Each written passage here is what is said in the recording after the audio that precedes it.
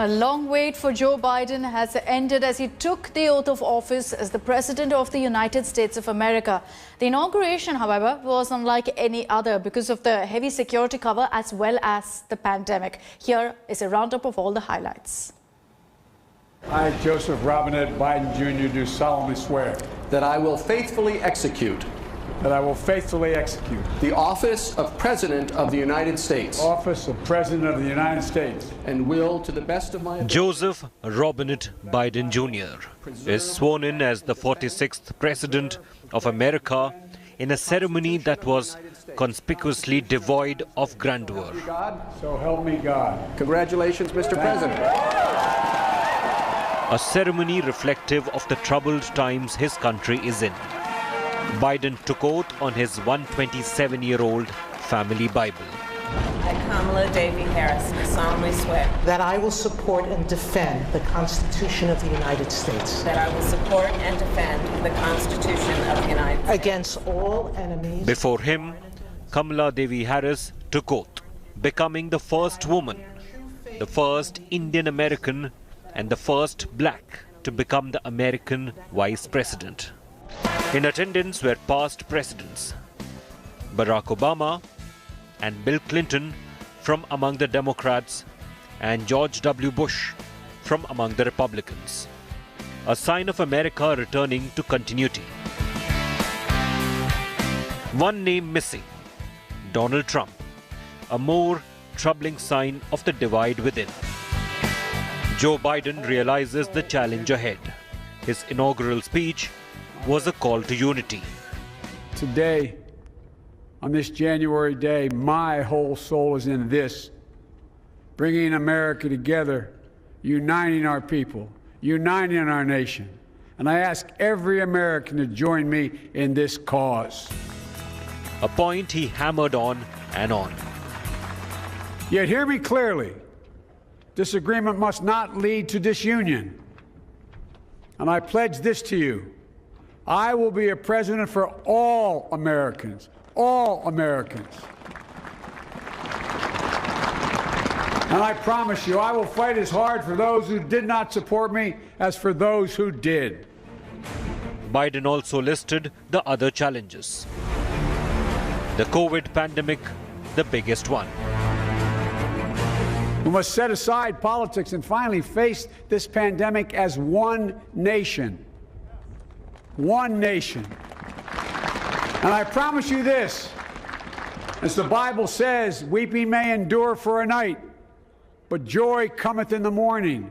We will get through this together. And the financial crisis triggered by the pandemic. Joe Biden has a job to do. Build bridges.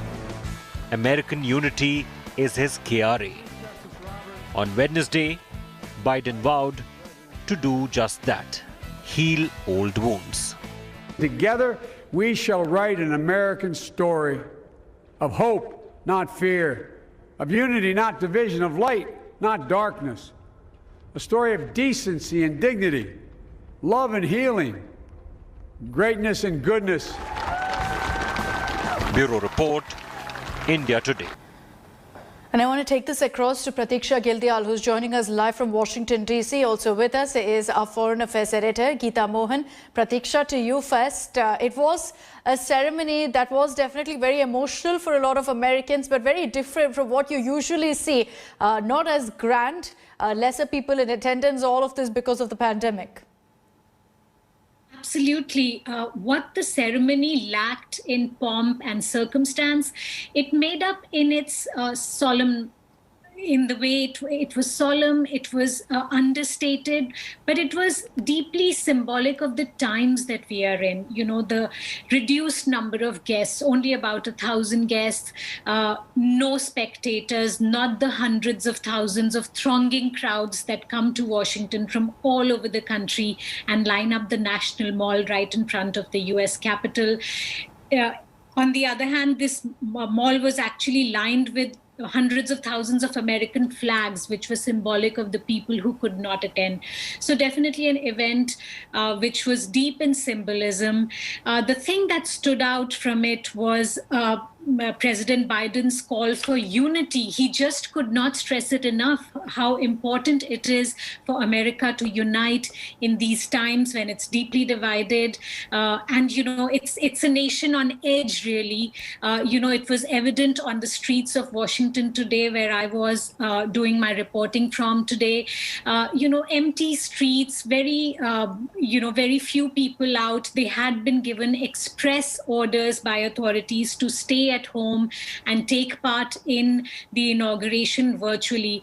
So a nation really on edge and a nation on edge and a really difficult task for the new president to try and unite this country. That's right. He's spoken about healing the nation. He's spoken about his critics, his detractors, everyone coming together to work for the benefit of America.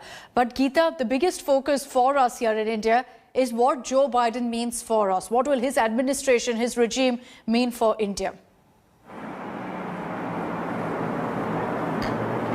Well, you see, the fact that the Indian ambassador was present at Capitol during the inauguration ceremony clearly shows that the embassy remained engaged with Democrats and Republicans alike.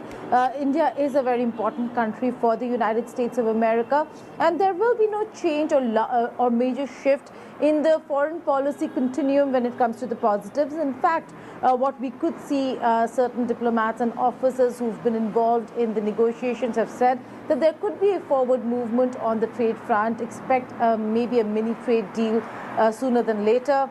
There would be relaxations on the H-1B visa issue, which Donald Trump was very tough on. And India kept impressing upon US, the Trump administration, that their economic growth is also largely India's growth story in America, and that the Indians who've gone there, the Indians who work there, are only value additions and not burden. They do not take as much as they've given to the economy. Having said that, there could be concerns and sticklers like the issues of human rights, Kashmir. We know that Democrats were more interested in engaging India and asking what is it that the Modi administration has been doing. But again, officers saying it's going to be a two-way street, where India will also be raising concerns that India has had. Apart from that, Indo-Pacific, the security aspects are going to be very important.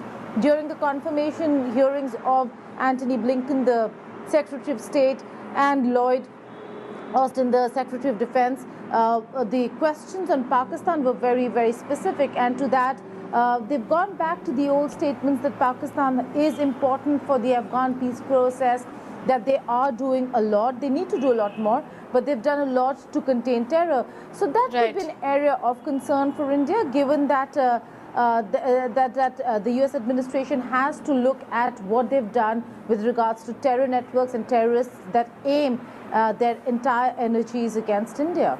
And as far as what Biden really will mean, what his term is going to translate into, what we'll be telling is already the kind of decisions that he's taken. He's gotten down to work. Geeta, Pratiksha, thank you for joining us. Hello everyone, this is Rahul Kamal here. Hope you enjoyed this video. For the latest news and analysis, like and subscribe the India Today YouTube channel, and don't forget to press the bell icon to stay updated.